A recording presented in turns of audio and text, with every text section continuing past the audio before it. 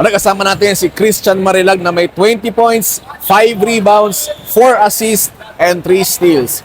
Sir Christian, mula first quarter hanggang fourth quarter, grabe yung pagdodomina nyo against sa Fitness Hub.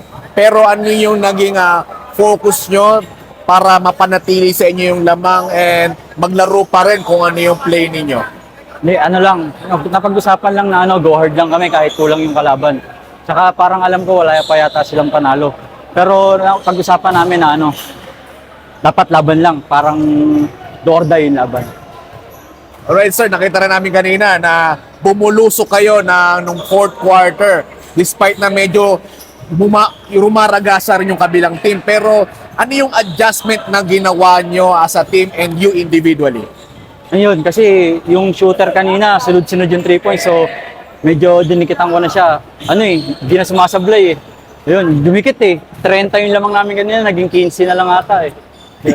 Ayan sir, eto na po yung pagkakataon nyo. Sino po yung mga gusto yung batiin at pasalamatan? Ayun, binabati ko. Shoutout sa lahat ng boss ng Genesis. Hindi ko na maisa-isa. Sobrang dami nila eh. Ayun, thank you sa pagsali sa akin dito. Thank you.